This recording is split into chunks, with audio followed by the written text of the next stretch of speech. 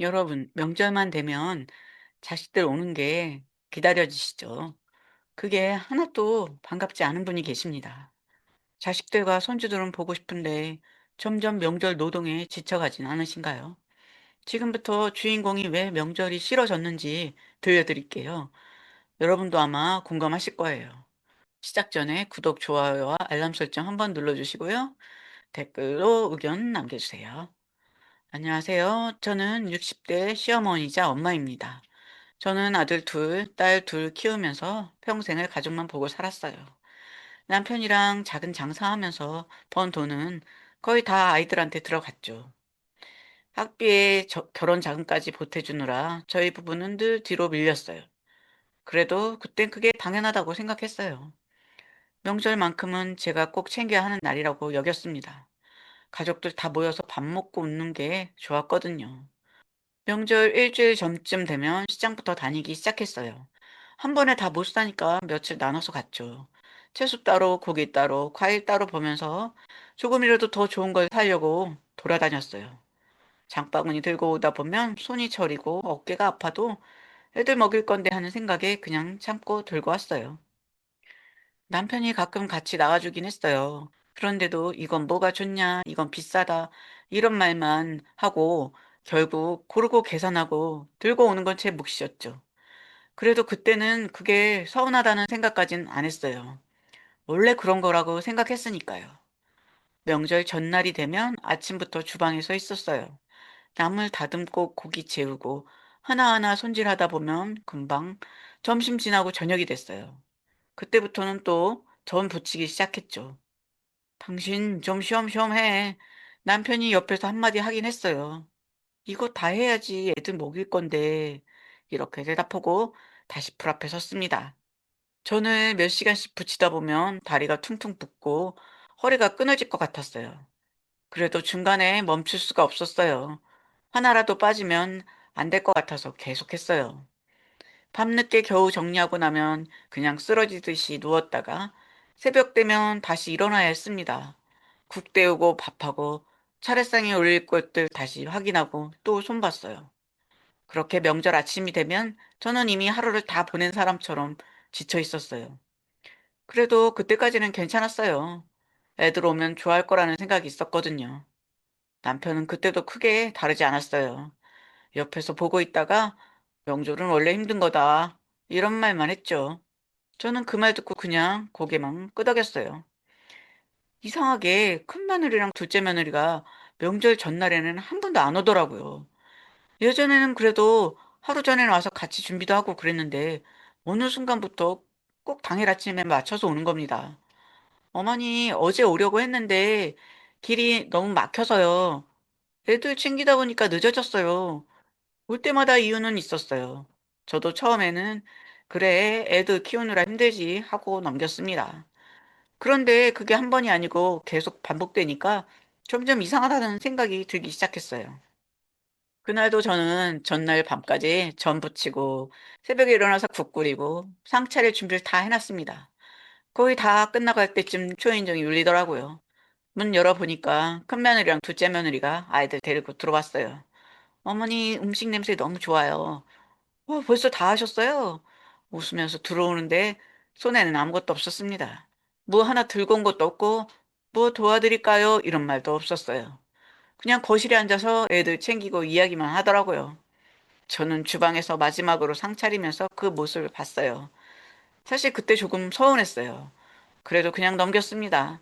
명절인데 괜히 분위기 흐리고 싶지 않았거든요. 차례 지내고 나서 다 같이 밥을 먹는데 그때부터는 또 분위기가 달라졌어요. 어머니, 이 전 너무 맛있어요. 역시 어머니 음식이 최고예요. 칭찬은 계속 하더라고요. 저는 그 말 들으면서 마음이 편하진 않았어요. 맛있으면 뭐하나, 만드는 건 다 내 몫인데, 이런 생각이 들었거든요. 밥 다 먹고 나니까 큰며느리가 슬쩍 말하더라고요. 어머니, 이 고기랑 전 좀 싸주시면 안 돼요? 둘째 며느리도 바로 이어서 말했어요. 어머니, 저도요, 애들이 잘 먹어서요. 그렇게 시작해서 반찬통이 몇 개나 채워졌는지 모릅니다. 나물, 전, 고기, 국까지 하나씩 담다 보니까 거의 한 상이 그대로 빠져나가는 느낌이었어요. 아들들은 옆에서 아무 말도 안 하고 그걸 들고 나갈 준비만 했어요. 다음에 또 올게요, 어머니. 그 말 남기고 금방 나가더라고요. 문 닫고 나니까 집이 갑자기 조용해졌습니다. 그때 저는 아직 치우지도 못한 상을 보고 한숨이 나왔어요. 싱크대에는 설거지가 쌓여 있고 저는 또 그걸 혼자 해야 했습니다. 그 일이 한 번으로 끝났으면 모르겠는데 다음 명절에도 그 다음에도 똑같이 반복됐어요. 며느리들은 전날에는 안 오고 당일 아침에 와서 밥 먹고 음식 싸가고 그렇게 돌아갔습니다. 며느리들이 다녀가고 나면 집이 금방 조용해집니다. 아들들이랑 손주들까지 우르르 나가고 나면 방안이 텅 빈 것처럼 느껴지죠. 저는 그때부터가 또 시작이에요. 식탁 위에 남은 그릇부터 치워야 했습니다. 큰 상에 올렸던 그릇, 반찬 그릇, 국그릇까지 하나하나 싱크대로 옮기고 물 틀어놓고 설거지를 시작했어요. 손이 시릴 정도로 물에 담그고 닦다 보면 그제야 조금 쉴 수 있었어요. 아이고, 좀 앉아야겠다. 혼잣말이 저절로 나오더라고요. 허리가 너무 아파서 잠깐이라도 앉고 싶었어요.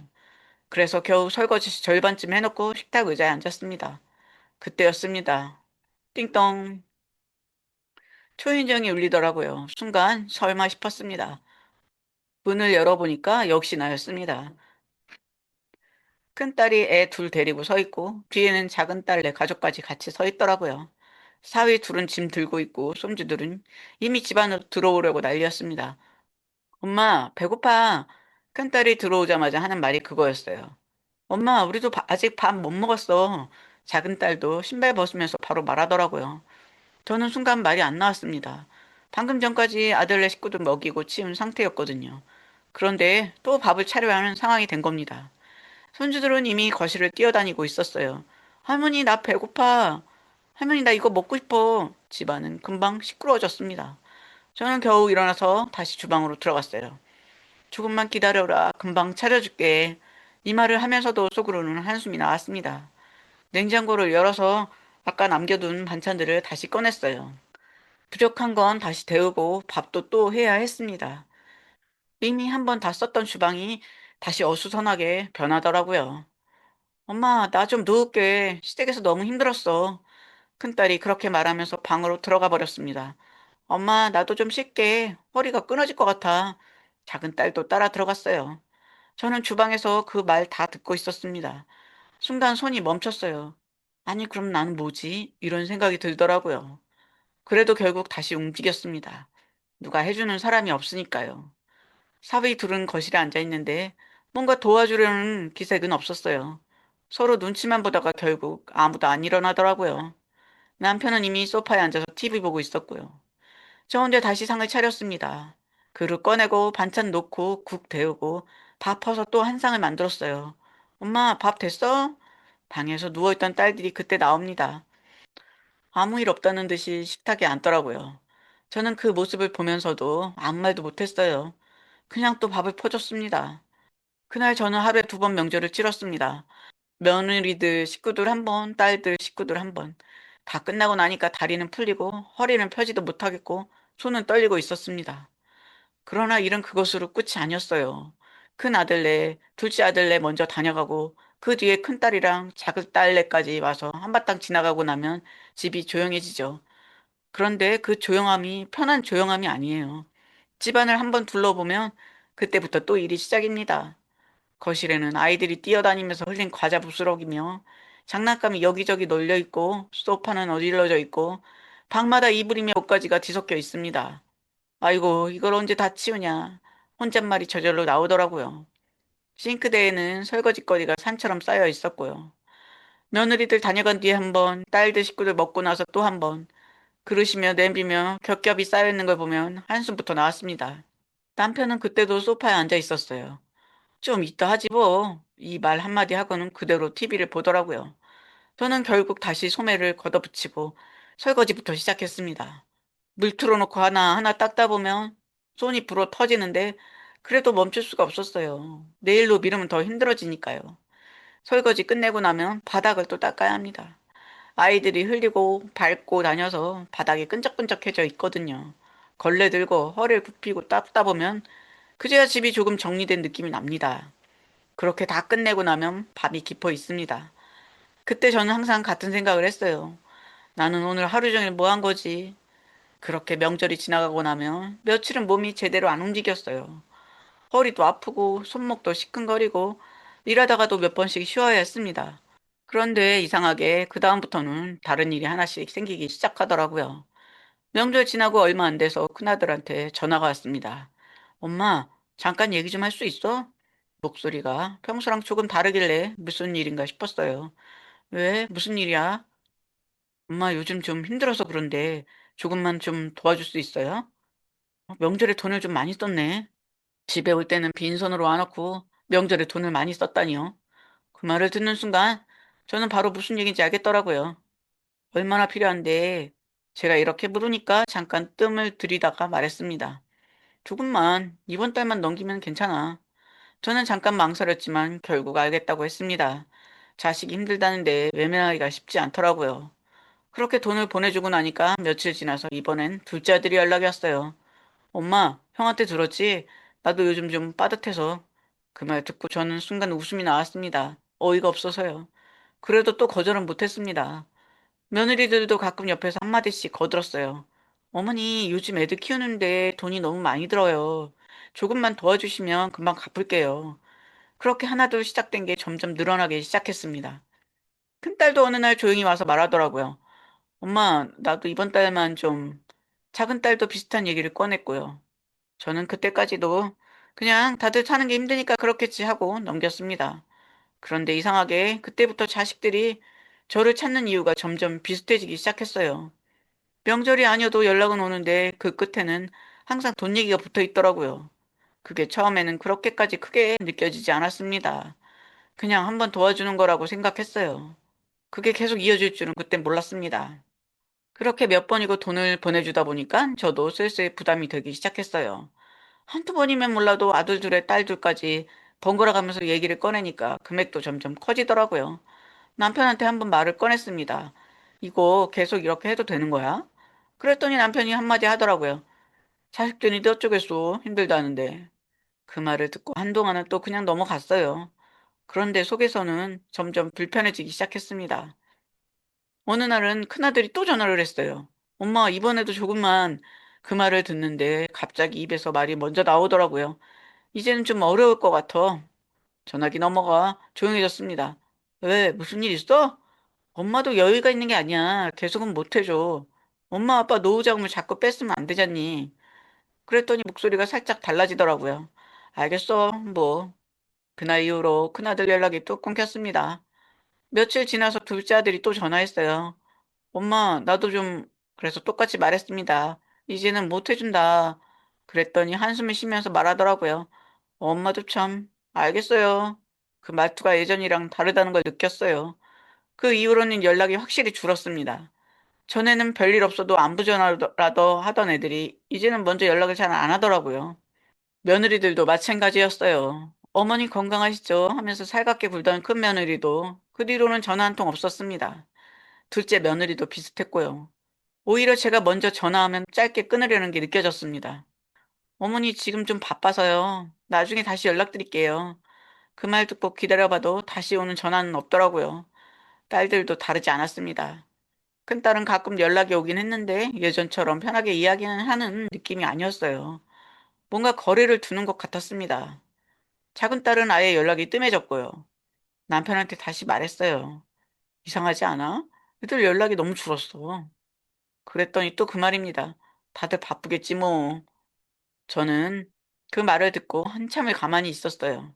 정말 바빠서 그런 걸까? 아니면 이유가 따로 있는 걸까? 생각해보니까 답은 이미 나와 있더라고요. 돈 얘기를 안 하니까 연락할 이유도 없어진 거였습니다. 그걸 깨닫고 나니까 마음이 허전한 게 아니라 이상하게 힘이 쭉 빠지더라고요. 그동안 내가 했던 게 뭔가 싶었습니다. 그래도 그때까지는 아직 확신이 없었어요. 설마 그거 하나로 이러겠어? 이런 생각도 들었거든요. 그런데 그 다음 명절이 다가오면서 그 생각이 틀렸다는 걸 알게 됩니다. 그 다음 명절이 다가오는데 이번에는 마음이 먼저 무겁더라고요. 예전 같으면 날짜부터 세고 장볼, 목록부터 적었을 텐데 이번에는 달력을 보면서도 한숨부터 나왔습니다. 그래도 안 할 수는 없다고 생각해서 시장을 나갔어요. 그런데 첫날부터 다르더라고요. 채소 조금, 고기 조금 샀을 뿐인데 장바구니가 너무 무겁게 느껴졌습니다. 아이고, 왜 이렇게 힘드냐. 몇 걸음 걷다가 내려놓고 다시 들고 걷고를 반복했어요. 집에 도착했을 때는 손이 저려서 한동안 아무것도 못하겠더라고요. 그래도 쉬었다가 바로 재료 손질을 시작했습니다. 예전처럼 속도가 안 나더라고요. 칼 잡은 손이 자꾸 멈추고 허리도 금방 아파왔습니다. 남편이 보더니 한마디 하더라고요. 그만 좀 줄여. 요즘 누가 그렇게까지 하냐. 그 말 듣고 저도 모르게 대답했습니다. 애들 먹을 건데 어떻게 줄여. 말은 그렇게 했는데 속으로는 조금 흔들렸습니다. 전날이 되니까 더 힘들었어요. 오전부터 계속 서서 준비하는데 허리가 점점 굳는 느낌이 들더라고요. 잠깐 앉았다가 일어나는데 허리가 쫙 당겨서 순간 움직이지 못했습니다. 그래도 해야 한다는 생각에 다시 불 앞에 섰습니다. 전을 붙이기 시작했는데 몇 장 붙이지도 않았는데 다리가 후들거렸어요. 의자에 앉았다가 다시 일어나고 또 몇 장 붙이다가 다시 앉고 그걸 반복하다가 문득 이런 생각이 들었습니다. 이걸 내가 왜 다 하고 있지? 그 생각이 처음이었어요. 손에 들고 있던 뒤집개를 잠깐 내려놨습니다. 불 앞에 서 있다가 그냥 가만히 있었어요. 그날 준비한 재료가 다 있었는데도 끝까지 다 하지 않았습니다. 전도 평소보다 훨씬 적게 붙였고 몇 가지는 아예 손도 안 댔어요. 남편이 보더니 말했습니다. 왜 안 해? 저는 그냥 짧게 대답했습니다. 못하겠어. 오늘은 이만할게. 남편이 뭐라 더 말하려다가 말더라고요. 예전 같았으면 끝까지 다 했을 겁니다. 빠진 거 있으면 불안해서라도 채워 넣었을 텐데 그날은 그냥 놔뒀어요. 이 정도면 됐다 싶었습니다. 밤에 정리하고 나서도 마음 편하진 않았어요. 이렇게 해도 되나 싶기도 하고 애들 오면 뭐라고 할까 싶기도 했습니다. 그런데 한편으로는 이상하게 덜 힘들더라고요. 그날 저는 처음부터 끝까지 다 하지 않았습니다. 아직 완전히 내려놓은 건 아니었지만 예전처럼 무조건 다 해야 한다는 생각에서는 조금 벗어나기 시작한 날이었습니다. 그 다음 명절이 다가왔을 때 저는 아예 장을 보지 않았습니다. 며칠 전부터 계속 생각했어요. 이번에는 안 해보자. 전날이 됐는데도 시장에 나가지 않았습니다. 냉장고에 있는 것도 일부러 손대지 않았어요. 남편이 물어보더라고요. 장 안 보냐? 이번엔 안 하려고. 애들 오는데? 알아서 먹겠지. 남편이 한참을 보다가 말았습니다. 더 말해봐야 소용없다고 느낀 것 같았어요. 그렇게 아무 준비도 안 하고 명절 당일이 됐습니다. 저는 아침에 일부러 늦게 일어났어요. 예전 같으면 새벽부터 일어나서 분주했을 시간인데 그날은 조용했습니다. 잠시 초인종이 울렸습니다. 문 열어보니까 큰며느리랑 둘째 며느리가 아이들 데리고 서 있더라고요. 어머니 안녕하세요. 어머니 저희 왔어요. 그런데 집안을 보더니 표정이 조금 이상해졌습니다. 어머니 아직 준비 안 하셨어요? 차례상은요? 저는 그냥 짧게 말했습니다. 안 했다.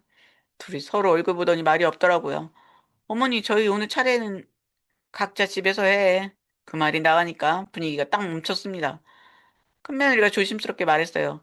어머니, 그래도 명절인데 저는 바로 잘랐습니다. 나 이제 명절 안 한다. 그때 둘째 며느리가 표정이 굳더니 말했습니다. 미리 말씀이라도 해주셨어야죠. 그 말을 듣는데 그동안 쌓였던 게 올라오더라고요. 너희들 전날에 한 번이라도 와서 도와준 적 있냐? 순간 조용해졌습니다. 당일에 아침에 와서 먹고 싸가고 그게 다였지. 나는 며칠 전부터 혼자 장보고 전날부터 혼자 음식 다 했다. 아무도 대답을 못 하더라고요. 그때 아들들이 들어왔습니다. 상황이 이상한 걸 느꼈는지 바로 묻더라고요. 엄마 왜 이래? 여기 이제는 안 한다는 거지. 갑자기 왜 그래? 갑자기가 아니야. 내가 지금까지 다 해왔어. 큰아들이 조금 짜증 섞인 말투로 말했습니다. 그래도 명절인데 이건 좀... 저는 그 말 듣고 바로 말했습니다. 엄마는 명절이면 혼자 다 해야 되냐? 그때는 목소리가 자연스럽게 올라가더라고요. 나는 명절마다 하루에 두 번씩 상 차렸다. 너희 와서 먹고 가고 또 딸들 와서 먹고 가고 너희들은 와서 먹기만 하고 치우지도 않고 그냥 갔지? 나는 언제 쉬냐? 아무도 말을 못했습니다. 그리고 돈 제가 이어서 말했습니다. 힘들다 할 때마다 내가 다 줬어. 근데 이제 돈 못 준다니까 너희 어떻게 써? 연락 딱 끊었지? 분위기가 완전히 바뀌었습니다. 둘째 아들이 한마디 하더라고요. 엄마가 너무한 거 아니야? 저는 바로 말했습니다. 그래, 나도 이제 좀 너무하게 살겠다. 그날 저는 처음으로 자식들 앞에서 물러서지 않았습니다. 그렇게 서 있다가 한마디 더 했어요. 각자 집으로 가라. 이제 명절도 없고 밥도 없다. 결국 그날 자식들은 제대로 앉아보지도 못하고 돌아갔습니다. 문 닫고 나니까 집이 조용해졌습니다. 그런데 이상하게 그 조용함이 전처럼 허전하지 않더라고요. 그 일이 있고 나서 한동안은 정말 조용했습니다. 전화도 거의 없고 명절 얘기는 아예 꺼내지도 않더라고요. 저도 일부러 먼저 연락하지 않았습니다. 그렇게 시간이 조금 지나고 다시 명절이 가까워졌어요. 이번에는 먼저 연락이 오더라고요. 큰아들이었습니다. 엄마, 이번 명절에 우리 가도 돼? 예전 같았으면 당연히 와야지 했을 텐데 그 말이 바로 안 나오더라고요. 왜? 제가 짧게 묻자 잠깐 뜸을 들이다가 말했습니다. 이번엔 우리도 좀 도와드릴게. 그 말을 듣는 순간 웃음이 나왔습니다. 도와준다고? 응, 이번엔 전날 가서 준비도 같이 하고 그때 옆에서 큰며느리 목소리가 들렸어요. 어머니, 저희가 너무 죄송해서요. 이번에 진짜 하루 전에 가서 같이 준비할게요. 둘째 아들도 이어서 말했습니다. 엄마, 우리도 이제 알았어. 그동안 엄마 혼자 다 한 거 고생한 거 다들 모여있는 듯 했어요. 작은 딸도 그 뒤에 한마디 하더라고요. 엄마, 나도 이번엔 진짜 도울게. 그 말을 듣는데 솔직히 마음이 완전히 안 움직인 건 아니었습니다. 그런데 동시에 이런 생각이 들더라고요. 이 말을 내가 몇 번이나 들었지? 예전에도 비슷한 말은 있었습니다. 다음엔 도와드릴게요. 다음엔 일찍 갈게요. 그런데 결과는 항상 같았어요. 당일 아침에 와서 밥 먹고 음식 싸가고 저는 또 혼자 치우고 그 기억이 한꺼번에 떠오르니까 쉽게 믿어지지가 않더라고요. 그래서 저는 그냥 담담하게 말했습니다. 안 와도 된다. 모두 조용해졌습니다. 엄마, 그래도 이번엔 괜찮다. 각자 집에서 해. 큰아들이 다시 말하려고 했습니다. 엄마, 진짜 이번엔 저는 단호하게 말했어요. 나 이제 명절 안 한다고 했잖아. 그 말 하고 나니까 마음이 오히려 편해졌습니다. 한동안 말이 없더니 큰며느리가 조심스럽게 말했습니다. 어머니, 저희 진짜 죄송해요. 저는 짧게 대답했습니다. 알면 됐다. 그 이상은 더 이상 말하지 않았어요. 전화를 끊고 나서도 마음이 복잡하지 않았어요. 예전 같았으면 그래도 오라고 할 걸 그랬나. 이런 생각이 들었을 텐데 이번에는 아니었습니다. 그냥 이제 됐다는 생각이 들었습니다. 명절 당일이 됐습니다. 그날도 집은 조용했습니다. 저는 늦게 일어나서 천천히 밥을 해 먹고 설거지도 금방 끝내고 거실에 앉아서 TV를 켰습니다. 아무도 오지 않았고 아무도 부르지 않았습니다. 그런데 이상하게 그게 더 편했습니다. 그날 저는 확실히 느꼈습니다. 이제는 누가 온다고 해도 예전처럼 준비하지 않을 거고 도와준다고 해도 쉽게 믿지 않을 거라는 걸요. 그리고 무엇보다 제가 편한 게 먼저라는 걸 알게 됐습니다. 그래서 저는 이제 이렇게 생각합니다. 명절에 자식들이 오는 게 반갑지 않다는 걸요. 여러분 재밌게 보셨나요? 부모라고 해서 명절에 어머니가 혼자 다 준비하고 자식들은 와서 먹고 가는 게 당연한 걸까요? 전날 밤부터 혼자 다 해놓으면 당일 아침에 와서 맛있다 한마디 듣고 끝나는 게 정말 가족일까요?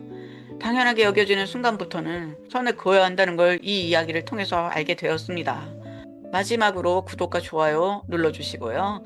알람 설정까지 해주시면 다음 이야기 놓치지 않으실 수 있습니다. 댓글로 여러분 경험도 꼭 남겨주세요. 끝까지 시청해주셔서 감사합니다.